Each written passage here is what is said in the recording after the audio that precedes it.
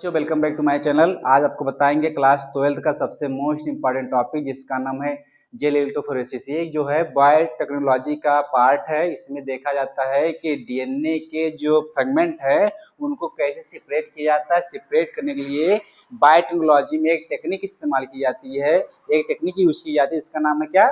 Gel electrophoresis. इसमें क्या होता है, बायोटेक्नोलॉजी में जेल इलेक्ट्रोफोरेसिस का कैसे यूज किया जाता है आप देखते हैं। ठीक, तो इसका मतलब क्या होता है जेल इलेक्ट्रोफोरेसिस का? इसका मतलब होता है दीज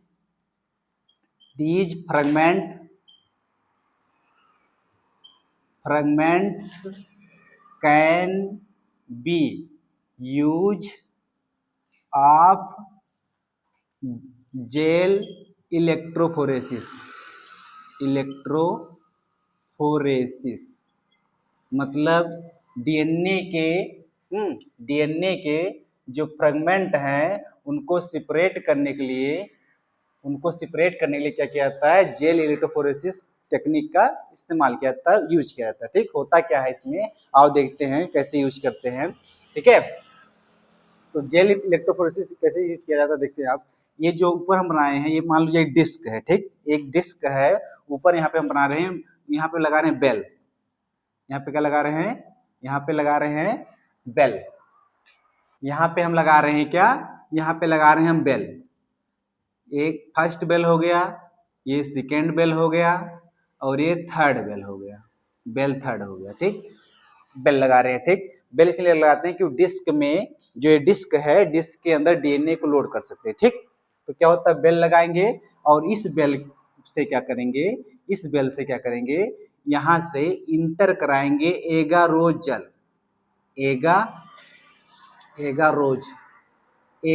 वाटर। यहाँ पे क्या कराएंगे हम लोग? इंटर कराएंगे। ठीक है, एगारोज वाटर को यहाँ पे क्या कराएंगे? इंटर कराएंगे एगारोज जल को। ठीक, जब इंटर कराएंगे एगारोज जल को तो क्या होगा? इंटर कराएंगे और साथ ही साथ क्या करेंगे, इसी बेल के साथ क्या करेंगे हम लोग? इंटर कराएंगे क्या? डबल स्टैंड डीएनए को क्या कराएंगे? इंटर कराएंगे। ठीक, जब इंटर कराएंगे उसके बाद क्या करेंगे, यहाँ पे भरा हुआ आपका एगारोज जल यहाँ पे पूरा का पूरा भरा हुआ इस डिस्क में। ठीक, इस डिस्क में एगारोज जो वाटर है या एगारोज इसमें भरा हुआ है। ठीक, भरा हुआ है। जब डबल स्टैंड डीएनए यहाँ पे इंटर कराएंगे या लोड करेंगे, ठीक है, लोड करेंगे तो इसमें क्या होता है, इस डिस्क के पास हम लगाएंगे क्या? हम लगाएंगे इलेक्ट्रोड। यहाँ पे लगाएंगे क्या? इलेक्ट्रोड लगाएंगे। इस डिस्क के पास इलेक्ट्रोड लगाएंगे। अब ऊपर के साइड लगाएंगे कैथोड लगाएंगे और नीचे के साइड एनोड लगाएंगे। ठीक, कैथोड लगाएंगे और एनोड लगाएंगे। ठीक, ठीक है। आपको पता है, आप 11th में या 10th में कभी देखे होंगे या सुने होंगे, जो डीएनए है, डीएनए हम लोग का होता है, डीएनए पे हमेशा निगेटिव चार्ज लगता है। ठीक है, डीएनए पे हमेशा निगेटिव चार्ज लगता है। ठीक, या डीएनए जो होता है निगेटिवली चार्ज होता है। ठीक, डीएनए पॉजिटिवली चार्ज नहीं होता, निगेटिवली चार्ज होता है। इसीलिए क्या करता है, जब इस बेल के पास से हम डीएनए को लोड करेंगे तो क्या होगा, डीएनए निगेटिव चार्ज होने के कारण क्या करेंगे, इसमें जो भारी रहेगा और लेंथ में बड़ा रहेगा, उसका डायमीटर बड़ा रहेगा, उसका वेट भारी रहेगा, तो कैथोड की तरफ कैथोड की तरफ भागेगा। ठीक, और जो हल्का रहेगा, पतला रहेगा, वो एनोड की तरफ भागेगा। ठीक, किसकी तरफ भागेगा? एनोड की तरफ मूव करेगा। ठीक है, तो जो मोटा है उसके बाद में क्या कह सकते हैं, लंबा है, उसके बाद में ये क्या करते हैं, लेंथ में बड़ा है, वो सब कैथोड की तरफ भागेंगे और जो पतले हैं वो एनोड की तरफ भागेंगे। ठीक, तो ये जो डीएनए है, ये डीएनए जो है, ये सारे के सारे क्या हैं, ये कैथोड की तरफ क्या कर रहे हैं, मूव कर रहे हैं। ये सब डीएनए क्या है, कैथोड की तरफ मूव करते। कौन से डीएनए? हमेशा लार्जेस्ट लार्जेस्ट जो डीएनए है वो हमेशा कैथोड की तरफ मूव करेगा। क्यों? क्योंकि डीएनए के पास निगेटिवली चार्ज होता है, या कह सकते हैं उसका डायमीटर अगर बड़ा है, लेंथ बड़ा है, तो हमेशा क्या भागेगा? कैथोड की तरफ भागेगा। और जो नीचे की तरफ यहाँ पे हमने बनाया है, ये वाला जो पार्ट है, ये वाला एनोड है।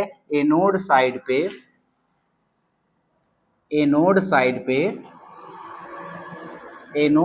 पे हमेशा स्मॉलेस्ट डीएनए फ्रैगमेंट्स मूव करते हैं, ठीक, मूव करते हैं। या कह सकते हैं जो लेंथ में भारी रहेगा, मोटा रहेगा, तगड़ा रहेगा, वो स्लो रन करेगा, यानी कैथोड की तरफ जाएगा। और जो लेंथ में पतला रहेगा, उसका डायमीटर कम रहेगा, उसका वेट भी कम रहेगा, वो एनोड की तरफ भागेगा। ठीक, कैसे?